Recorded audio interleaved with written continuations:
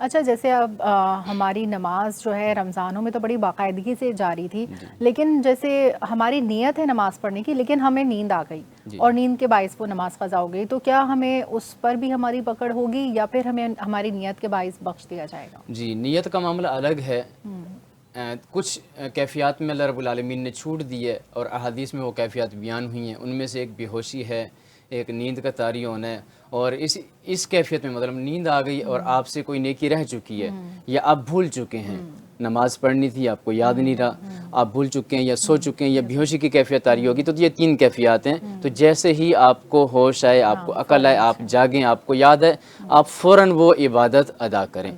تو اس کیفیت میں اللہ تعالیٰ نے معافی رکھی ہے. لا یکلف اللہ نفسا الا وسعها. اللہ نے انسان کو اتنے مکلف بنایا جتنی اس کی طاقت ہے، کیونکہ انسان فرشتہ نہیں ہے، انسان ہے، کمزور ہے. خلق الانسان ضعیفا. فرشتے پیدا ہی عبادت کے لیے ہوئے. فرشتے نافرمانی سوچ ہی نہیں سکتے، کر ہی نہیں سکتے. انسانوں کو اللہ تعالیٰ نے اختیار دیا ہے اور انسانوں میں یہ کمزوری بھی رکھ دی ہے، یہ محتاجی بھی رکھ دی ہے. اللہ بے نیاز ہے، اللہ محتاج نہیں ہے، انسان محتاج ہیں. تو اس کمزوری میں، نیند میں اگر کوئی عبادت رہ جاتی ہے تو جیسے ہی آپ جاگیں، آپ کو یاد آئے، آپ فوراً وہ عبادت ادا کر لیں. انشاءاللہ اللہ تعالیٰ معاف کرنے والا ہے، لیکن جان بوجھ کر نہیں چھوڑنی. اچھا، ہمیں کون سے ایسے چھوٹے چھوٹے اعمال کرنے چاہیے کہ جس کی وجہ سے ہمارے دل پاکیزگی اختیار کر لیں، اور جیسے رمضان میں ہوتا ہے اس طرح سے پورا سال ہمیں اس طرح کی ایک جو سرشاری ایک روحانیت کی کیفیت تھی وہ اتاری رہے؟ جی، سب سے پہلے تو ہم اپنا قرآن کے ساتھ اپنا تعلق پختہ کر لیں. قرآن جو کتاب انقلاب ہے، زندگی کو تبدیل کر دینے والی ہے، زندگی کو بہتر بنا دینے والی کتاب ہے، تو اس کے ساتھ ہم اپنا تعلق پختہ کر لیں. قرآن کو سیکھیں، قرآن کو پڑھیں، قرآن کو سمجھیں، اور کوشش کریں روزانہ کی بنیاد پہ، چاہے ایک آیت ہی کیوں نہ ہو، چاہے ایک آیت ہی کیوں نہ ہو، روزانہ کی بنیاد پر آپ ایک آیت پڑھیں، اس کا جو ترجمہ ہے وہ پڑھیں، پھر اس کی جو تفسیر ہے، تشریح ہے وہ پڑھیں، اور پھر اس صرف پڑھنے کی حد تک اسے محدود نہ رکھیں بلکہ عمل کریں. اصل عمل ہے، اصل عمل ہے. اچھا، ہم جیسے اگر خود سے قرآن ترجمے سے پڑھ رہے ہیں، اس کی تفسیر بھی پڑھ رہے ہیں، تو ہم کیا خود ہی یہ عمل اتنا بہتر کر سکتے ہیں یا ہمیں اس کے لیے کسی رہنما، استاد، کسی ایسے عالم کی ضرورت ہے تاکہ ہم اس کو صحیح سمجھ کے پڑھیں اور بھٹکے نہیں؟ اللہ تعالیٰ فرماتا ہے اعوذ باللہ من الشیطان الرجیم وَلَقَدْ يَسَّرْنَا الْقُرْآنَ لِلذِّكْرِ فَهَلْ مِن مُدَّكِرٍ. اور یقیناً ہم نے قرآن کو سمجھنے کے لیے آسان بنا دیا ہے، تو کوئی ہے جو اسے سمجھے، جو اس سے نصیحت حاصل کرے. لیکن اس کے ساتھ ساتھ اللہ رب العالمین نے یہ بھی فرمایا ہے کہ جب بھی تمہیں کوئی مسئلہ درپیش آئے تو تم اہل علم سے، جو جاننے والے ہیں، ان سے سوال کرو، ان سے پوچھو. تو ان دونوں آیات سے پتہ چلتا ہے کہ قرآن عموماً آسان ہے، مکمل آسان ہے. ہاں کچھ مسائل ہیں، کچھ پیچیدگیاں ہیں، تو جو آسان چیزیں آپ خود سمجھ لیں، اور جہاں آپ کو لگے کہ یہ مشکل ہو رہا ہے تو آپ اہل علم کی طرف رجوع کریں. آپ قرآن کو حدیث کے ذریعے سمجھیں، آپ قرآن بھی پڑھیں، ساتھ میں حدیث بھی پڑھیں، اور اس کا جو تشریح ہے، تفسیر ہے، اس وقت تو بے شمار تفسیریں موجود ہیں، اور آپ ان تفاسیر کو پڑھیں. ضروری نہیں کہ آپ کسی خاص مسلک کی تفسیر پڑھیں، آپ تمام تفسیریں پڑھیں، اور یقیناً آپ کا دماغ، آپ کا دل آپ کو بتائے گا کہ یہ بات حق ہے، یہ بات سچ ہے. لیکن پھر بھی اگر آپ کو کوئی چیز الجھن ہو رہی ہے، مشکل پیش آ رہی ہے، تو اہل علم حضرات موجود ہیں، آپ ان سے رجوع کریں، آپ ان سے سوال کریں. اچھا، سورہ بقرہ میں ایک آیت ہے جس کا ترجمہ ہے کچھ اس طرح سے کہ کسی ناگوار بات پر صبر کر لینا اس صدقہ خیرات سے بہتر ہے جو کہ اس کے بعد پھر تمہیں تکلیف اٹھانی پڑے. تو جب ہم کسی ناگوار بات پر صبر کرتے ہیں تو ایک طرح سے ہم کیا ایسا نہیں کرتے کہ ہم سامنے والے کو اور زیادہ پھر وہ شے ملتی ہے، اور مطلب ہم ایک طرح سے اس کا ظلم سہ کر خود ظالم نہیں ہو جاتے؟ ہاں، اس میں 2 چیزیں ہیں. ایک تو یہ ہے کہ ہم صبر کریں، اور صبر آپ جانتے ہیں اللہ رب العالمین نے قرآن کریم میں فرمایا کہ مومن پر جب بھی کوئی مصیبت آتی ہے، کوئی آفت آتی ہے، کوئی تکلیف آتی ہے، تو وہ صبر کرتا ہے اور اللہ کی طرف رجوع کرتا ہے، اللہ کی طرف رجوع کرتا ہے. لیکن صبر کا یہ معنی نہیں ہے کہ آپ اپنے آپ کو نیچا دکھا رہے ہیں اور سامنے والا مزید شہ پا رہا ہے. صبر میں بھی اجر ہے. اللہ کے رسول نے فرمایا کہ جو بندہ اللہ رب العالمین کے لیے جھکتا ہے، اپنے حق کو چھوڑ دیتا ہے، وَمَا تَوَاضَ أَحَدٌ لِلَّهِ إِلَّا رَفَعَهُ اللَّهُ، جو اللہ کے لیے تواضع اختیار کرتا ہے، جھکتا ہے، اللہ اس کو مزید بلندی عطا کر دیتا ہے. ہاں، جب آپ دیکھ رہے ہیں ایک جگہ جھکنا بہتر ہے، جھک جائیں، اور ایک جگہ آپ دیکھ رہے ہیں کہ وہاں پر اگر آپ جھکیں گے اور سامنے والا مزید شر میں آگے بڑھ جائے گا تو وہاں جھکنا بھی منع ہے. یہ آپ کیفیت کو دیکھ کے فیصلہ کریں گے کہ جہاں آپ دیکھ رہے ہیں کہ یہاں پر اگر جھک جائیں گے تو معاملہ سیدھا ہو جائے گا، آپ چھوڑ دیں گے تو مسئلہ حل ہو جائے گا اور معاملہ فساد کی طرف، لڑائی کی طرف نہیں جائے گا، تو وہاں آپ جھک جائیں، وہاں پر آپ حق چھوڑ دیں۔ لیکن آپ کو علم ہے اگر آپ چپ رہیں گے تو یہ بندہ آپ کے ساتھ ساتھ مزید آگے بڑھے گا، دوسروں پہ ظلم کرے گا، تو وہاں پر آپ کو بولنا چاہیے، وہاں پر آپ کو کھڑا ہونا چاہیے اور وہاں پر آپ کو حق کا ساتھ دینا چاہیے۔ تو یہ کیفیت کے اوپر ہے۔ لیکن ایسے وقت میں جو کیفیت طاری ہوتی ہے، اگر غصے کے عالم میں تو ہم کوئی صحیح فیصلہ نہیں کر سکتے، تو اس وقت فوری طور پر ہمیں کیسے سمجھ آئے گا کہ بھئی یہ یہاں پر رکنا بہتر ہے کہ یہاں پر جواب دینا؟ جی، غصہ جب آ رہا ہو تو اس وقت تو رکنا ہی بہتر ہے، کیونکہ غصہ شیطان کی طرف سے، اور اللہ کے رسول کی حدیث ہے صلی اللہ علیہ وسلم کہ غصہ شیطان کی طرف سے، غصہ آگ ہے۔ اور آپ نے باقاعدہ حدیث میں جب غصہ آ جائے تو فرمایا کہ اگر انسان کھڑا ہے تو بیٹھ جائے، بیٹھا ہے تو لیٹ جائے، پانی پیے، پانی پیے، کیونکہ غصہ آگ ہے، شیطان آگ سے بنا، غصہ آگ ہے اور آگ کو پانی بجھاتا ہے۔ تو اس لیے آپ نے فرمایا کہ پانی پیے۔ پھر اس طرح آپ نے فرمایا کہ جب بھی آپ کو شیطان کی طرف سے کوئی چونکا یا غصہ یا اس طرح کا معاملہ ہے، فاستعذ باللہ، تو اللہ تعالیٰ کی طرف رجوع کریں، اللہ تعالیٰ سے پناہ مانگیں، اعوذ باللہ پڑھیں، تاکہ غصے کی کیفیت چلی جائے۔ اور غصے پر قابو پانا، نبی کریم کی حدیث ہے، فرمایا کہ لیس الشدید بالسرعہ انما الشدید الذی یملک نفسہ عند الغضب، کہ طاقتور انسان وہ نہیں ہے جو مقابلے کے میدان میں سامنے والے پہلوان کو اٹھا کے پٹک دے، گرا دے۔ فرمایا نہیں، اصل طاقتور وہ ہے جو غصہ آنے پر اپنے آپ پر قابو پا لے۔ تو غصے کی کیفیت میں آپ نے صبر کرنا ہے، آپ نے ٹھہرنا ہے، ٹھنڈے دل اور دماغ کے ساتھ کوئی بھی فیصلہ وہ آپ نے کرنا ہے۔ بہت اچھی بات آپ نے بتائی۔ اچھا، یہ جو صبر و تحمل ہے، یہ ہمارے اندر کس طرح سے پیدا ہو سکتا ہے جیسے جس سے ہمارے لیے غصے کو پینا آسان ہو جائے؟ جی، صرف بات صبر کی نہیں ہے، اور دیگر بے شمار چیزیں ہیں، بے شمار معاملات ہیں۔ تو یہ سارے کام ہمارے لیے کیسے آسان ہو سکتے ہیں؟ جب ہم قرآن کے ساتھ اپنا تعلق پختہ کریں گے، کیونکہ جب ہم قرآن پڑھیں گے تو قرآن میں اللہ تعالیٰ نے ہمیں بے شمار کام کرنے کا حکم دیا ہے، بے شمار نیک کام کرنے کو حکم دیا ہے، بے شمار برے کاموں سے بچنے کا حکم دیا ہے۔ اور یہ غصہ اور کسی کو مارنا، کسی کو قتل کرنا، کسی پہ غیبت، تہمت لگانا، چغلی کرنا، پھر رشوت، سود، الغرض اس طرح کی بے شمار اخلاقی برائیاں ہیں، بری عادات ہیں، ان تمام کاموں کو قرآن میں منع کیا گیا اور تمام نیک کام کرنے کو حکم دیا گیا۔ تو جب ہم قرآن کے ساتھ اپنا رشتہ پختہ رکھیں گے، دین کے ساتھ جڑ کے رہیں گے، شریعت کے ساتھ، قرآن کے ساتھ جڑ کے رہیں گے، تو یقیناً ہماری اصلاح ہوگی۔ اور جیسے جیسے ہم قرآن سے دور ہوں گے تو یقیناً ہم پر شیطان غالب آئے گا، اور جب شیطان غالب آئے گا تو پھر جو چاہے گا ہم سے کروائے گا۔ یہ تو آپ نے کی پوائنٹ بتا دیا کہ ہم کس طرح سے قرآن سے جڑ کر اپنے اصلاح کر سکتے ہیں، اور اپنے بہت ساری چیزوں میں جو ہم رمضان میں کرتے ہیں وہ تھرو آؤٹ دا ایئر ہم لے کے چل سکتے ہیں۔ لیکن اس کے علاوہ بھی، اور قرآن کے علاوہ بھی، ہم اور کون سے ایسے چھوٹے چھوٹے اعمال ہیں جس کو ہم کیری آؤٹ کر سکتے ہیں تھرو آؤٹ دا ایئر؟ جی، دل سخت ہو چکا ہے، دل کو نرم کرنا ہے، تو نبی کریم نے فرمایا کہ یتیم کے ہاتھ پہ سر پھیرو۔ پھر اس طرح فرمایا کہ اگر کوئی مشکل آ گئی، کوئی آفت آ گئی، کوئی تکلیف آ گئی، اللہ کے راستے میں صدقہ کرو، کیونکہ صدقہ بلاؤں کو ٹالتا ہے۔ تو یہ نیکیاں ہیں، جو نیکیاں ہیں، ان الحسنات، بے شک نیکیاں، یذہبن السیئات، وہ برائیوں کو لے جاتی ہیں۔ تو آپ نیکیاں کریں، آپ زیادہ سے زیادہ نیک کام کریں، جہاں بھی آپ کو موقع ملے۔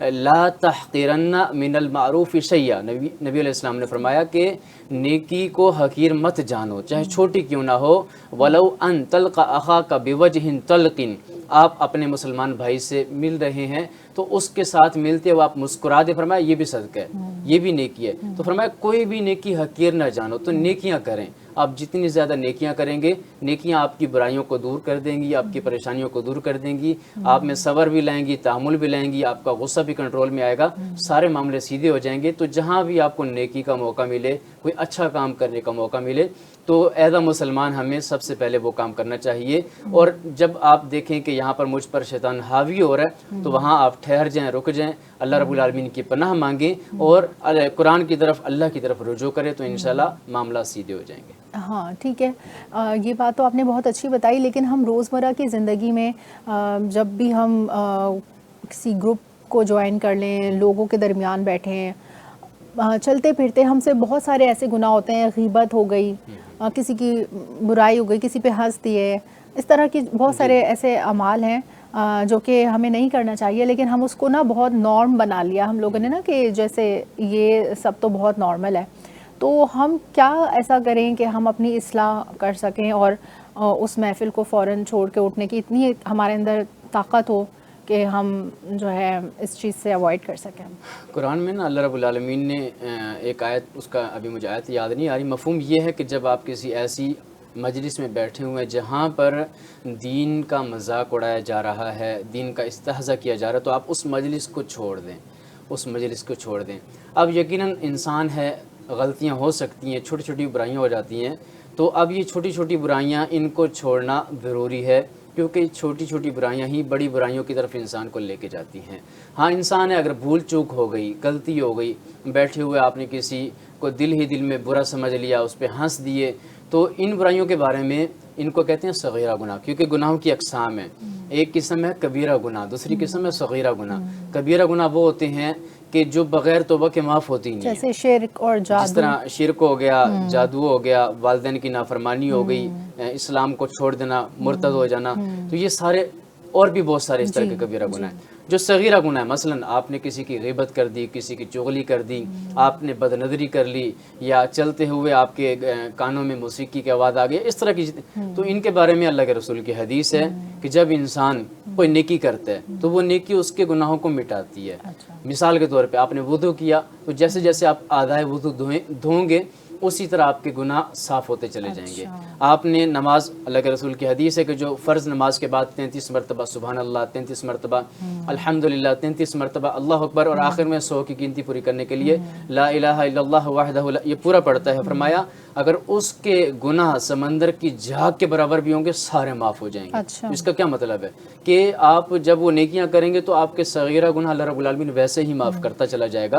لیکن اس کا یہ مطلب نہیں ہے کہ آپ ان پر استقامت دکھائیں. گناہ ہوتا ہے، چھوٹا ہے یا بڑا ہے. شراب ہے، کم پیئے تو بھی حرام ہے، زیادہ پیئے تو بھی حرام ہے. نشہ حرام ہے، کم کریں تو بھی حرام ہے، زیادہ پھر بھی حرام ہے. تو اس لیے گناہ ہے ہی منع، چھوٹا ہے یا بڑا ہے.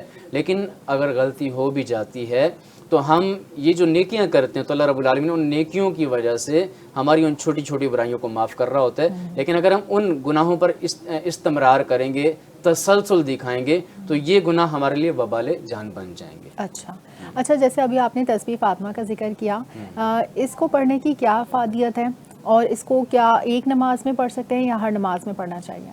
اس کا تو مسئلہ نہیں، آپ جتنا زیادہ کر سکتے ہیں کریں. نیکی کا جہاں بھی جتنا آپ کو توفیق ملے، موقع ملے. دیکھیں انسان تھک جائے گا، اللہ رب العالمین نہیں تھکتا. انسان عمل کرتے کرتے تھک جائے گا، اور یہ نبی کریم کی حدیث ہے کہ بندہ عمل کرتے کرتے تھک جائے گا، لیکن اللہ تعالیٰ اجر دیتے دیتے نہیں تھکتا. تو اس لیے آپ عمل اتنا کریں جتنی آپ کے اندر طاقت ہے، تاکہ بعد میں آپ کو پریشانی نہ ہو. اس کی مثال دیتا ہوں. اللہ کے رسول کے صحابی نبی کریم کے پاس تشریف لائے، کہنے لگے کہ میں نے روزہ رکھنا ہے اور مجھے روزہ رکھنے کی اجازت دی، روزانہ رکھنا ہے. تو آپ نے منع فرمایا. آپ نے فرمایا کہ اس طرح کر، تو پیر اور جمعرات کو ہفتے میں 2 دن کا رکھ لے جب اعمال پیش ہوتے ہیں. اور پھر پہلے آپ نے مہینے کا کہا، مہینے میں کچھ دن، پھر اس طرح آپ نے ہفتے کا کہا. تو بہرحال اس میں پھر آخر میں یہ ہوا کہ 3 دن کا کر لے. پھر آپ نے فرمایا کہ چلو صوم داؤد، 1 دن چھوڑ کے 1 دن رکھ لے. تو اس پہ وہ راضی ہو گیا. لیکن بعد میں جب وہ بوڑھا ہو گیا تو وہ کہتا تھا کاش میں نے اللہ کے رسول کی بات مان لی ہوتی اور آج مجھ پہ مشقت نہ ہوتی. تو انسان ہے، آپ کی جو جوانی ہے، جوبن ہے، پختہ عمر ہے، ہر وقت برقرار نہیں رہتی. آخر کار آپ کی عمر نے ڈھلنا ہے، کمزوری آ جائے گی. تو اس لیے آپ عمل کریں اور ایسا کریں جس کو آپ مسلسل لے کے چلو. اللہ کے رسول کی حدیث ہے احب الاعمال الی اللہ ادومها وان قل. اللہ رب العالمین کے نزدیک محبوب عمل وہ ہے اگرچہ کم ہو لیکن مسلسل ہو. کم ہو، مسلسل ہو. ضروری نہیں کہ آپ پورا سپارہ قرآن کا تلاوت کریں، ضروری نہیں کہ آپ فرض نماز کے ساتھ کئی نفل بھی پڑھتے رہیں. جو سنن مؤکدہ ہیں، فرض نمازیں ہیں، وہ پڑھتے رہیں. اور اس طرح تو آپ عمل کم کر لیں جو لازمی کرنے ہیں، لیکن مسلسل کریں. یہ اللہ کو زیادہ محبوب ہے. یہ تو آپ نے بہت اچھی بات بتائی کہ جیسے رمضان میں پورے سال میں ایک ہی مہینہ دیا گیا ہے رمضان کے روزوں کا. اسی طرح اگر روزوں کو کنٹینیو رکھنا ہے تو ہفتے میں 2 دن رکھ لیں. اگر آپ نے بہت ہی رکھنا ہے بجائے اس کے کہ آپ تھرو آؤٹ دا ایئر رکھیں، اس کے لیے تو منع بھی فرمایا ہے. اسی طرح نماز کے لیے آپ نے بہت اچھی بات بتائی کہ جس سے نماز نہیں پڑھی جا رہی ایٹ لیسٹ وہ فرض سے ہی سٹارٹ کر لے، تو فرض ہی اپنا پورا کر لے. اور نماز روزے کے ساتھ ساتھ جو ہے ہمارے پاس اگر دوسرے ارکان دین ہم شامل کر لیتے ہیں اس میں زکوٰۃ ایک بہت امپورٹنٹ ٹاپک ہے.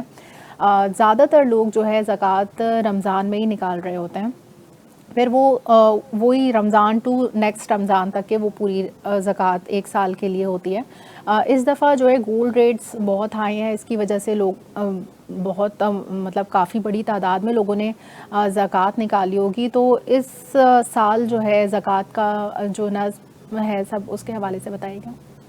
دیکھیں زکوٰۃ کے لیے دو شرائط ہیں, ایک تو نصاب کو پہنچنا اور دوسرا سال کا دورانیہ مکمل ہونا, کہ آپ 52.5 تولہ چاندی یا 7.5 تولہ سونا, یہ جو شریعت نے ایک اس کے لیے شرط رکھی ہے, آپ کا مال 52.5 تولے چاندی کے برابر پہنچ چکا ہے یا 7.5 تولے کے برابر پہنچ چکا ہے, اور جس دن پہنچا اس دن سے لے کے اگلے سال اس دن آپ پہ زکوٰۃ فرض ہو جائے گی.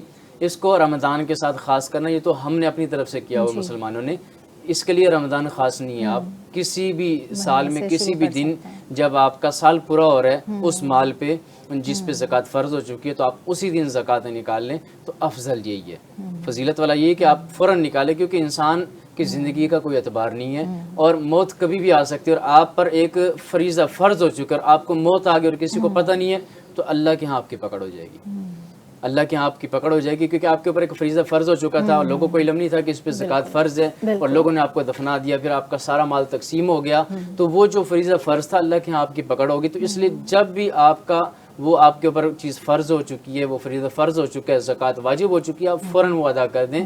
رہ گیا رمضان, تو رمضان میں آپ ویسے بھی خرچ کریں. نبی کریم کا طریقہ تھا کہ آپ رمضان میں عام دنوں سے بڑھ کے صدقہ و خیرات کرتے تھے, خرچ کرتے تھے, صرف زکوٰۃ فطرہ نہیں دیتے تھے. ہم نے یہ سوچ لی ہے کہ صرف رمضان میں زکوٰۃ خرچ کریں گے, فطر خرچ کریں گے. اللہ کے رسول صلی اللہ علیہ وسلم عام مال بھی خرچ کرتے تھے, رمضان میں بہت خرچ کرتے تھے.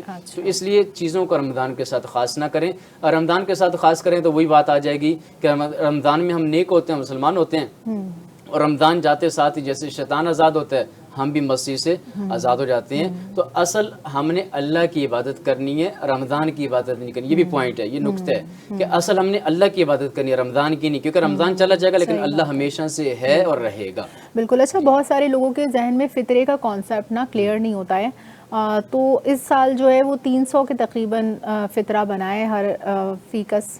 تو اب جو ہے فطرہ نماز عید سے پہلے لازمی ادا کر دینا چاہیے, یا اس کے اگر 1-2 دن اوپر بھی ہو جائے تو اگر اس کے بعد دے دیں تو کوئی مسئلہ تو نہیں؟ دیکھیں شریعت وہ ہے جو ہمیں اللہ نے اور رسول نے دی ہے, اور جو قرآن میں آیا ہے یا حدیث میں وہ شریعت ہے, اور جو ہم خود سوچتے ہیں وہ شریعت نہیں, وہ ہماری سوچ ہے. تو اللہ کے رسول کی حدیث ہے کہ جو فطرہ ہے وہ نماز عید کی ادائیگی سے قبل جو ادا کیا جائے وہ فطرہ, اس کے بعد آپ کریں گے وہ صدقہ ہوگا, فطرہ نہیں ہوگا. تو جو فطرہ ہے وہ نماز عید سے قبل. کوئی اگر بھول سے نماز عید سے پہلے نہیں ادا کیا جس نے, تو وہ کیا کہتے ہیں اس کا کوئی کمپنسیشن نہیں ہے؟ نہیں ہے, کیونکہ یہ ایسی چیز ہے کہ جب کہتے ہیں موقع ہاتھ سے نکل گیا تو ختم, اس کے بعد وقت واپس نہیں لا سکتے, آپ عید کی نماز واپس نہیں لا سکتے. تو جو چیز اللہ کے رسول نے فرض کی ہے, اللہ کے رسول نے مقرر کی ہے, تو فرمایا کہ نماز عید سے قبل آپ اگر جیسے اس دوران میں کوئی صدقہ وغیرہ دیا ہو تو کیا اس میں سے وہ کاؤنٹ ہو جائے گا؟ نہیں, وہ نیت کے اوپر ہے. اگر آپ نے اس نیت سے کیا تھا تو کاؤنٹ ہو جائے گا. اگر نیت آپ کی نہیں تھی, کیونکہ انما الاعمال بالنیات, ہر عمل کا دار و مدار نیت پر ہے. اگر نیت صدقے ساتھ فطرے کی بھی تھی کہ میں فطرہ دے رہا ہوں, یہ صدقہ ہے, تو وہ فطرہ تو ہے ہی ہے, ساتھ صدقہ تو بن ہی جائے گا اللہ کے راستے میں خرچ. لیکن اس کے لیے بڑا ضروری ہے کہ نماز عید سے قبل ادا کیا جائے, کیونکہ اللہ کے رسول کی حدیث ہے جو پہلے ہوگا وہ فطر ہے, جو بعد میں ہوگا وہ صدقہ ہے. اچھا, ایک اور بات سمجھ نہیں آتی, ٹوٹل اماؤنٹ پہ جو 7.5 تولہ آپ نے بتایا, تو اگر 1 لاکھ پہ 2.5% کٹ رہا ہے تو اس حساب سے سارے مال پر 2.5% ہونا چاہیے یا 1 لاکھ کے حساب سے کرنا چاہیے؟ کیا ہونا چاہیے طریقہ؟ ہاں, اس میں نا 2.5% ہے, یا سادہ الفاظ میں آپ کہہ لیں 40واں حصہ. 40واں حصہ آپ جتنا بھی آپ کے پاس مال ہے اس مال کو 40 پہ آپ تقسیم کر دیں. جتنا بھی مال ہے, چاہے 1 لاکھ ہے, 2 لاکھ ہے, 5 لاکھ ہے, 10 لاکھ ہے, کروڑ ہے, 10 کروڑ ہے, اس کو 40 پہ جب آپ تقسیم کریں گے تو جو بھی ڈیجٹ آئے گا وہ آپ کا فطر, وہ اس کا 2.5% ہے. تو آپ وہ 2.5% زکوٰۃ میں سے ادا کریں گے, چاہے وہ جتنا بھی بنتا ہے. ٹوٹل لم سم پہ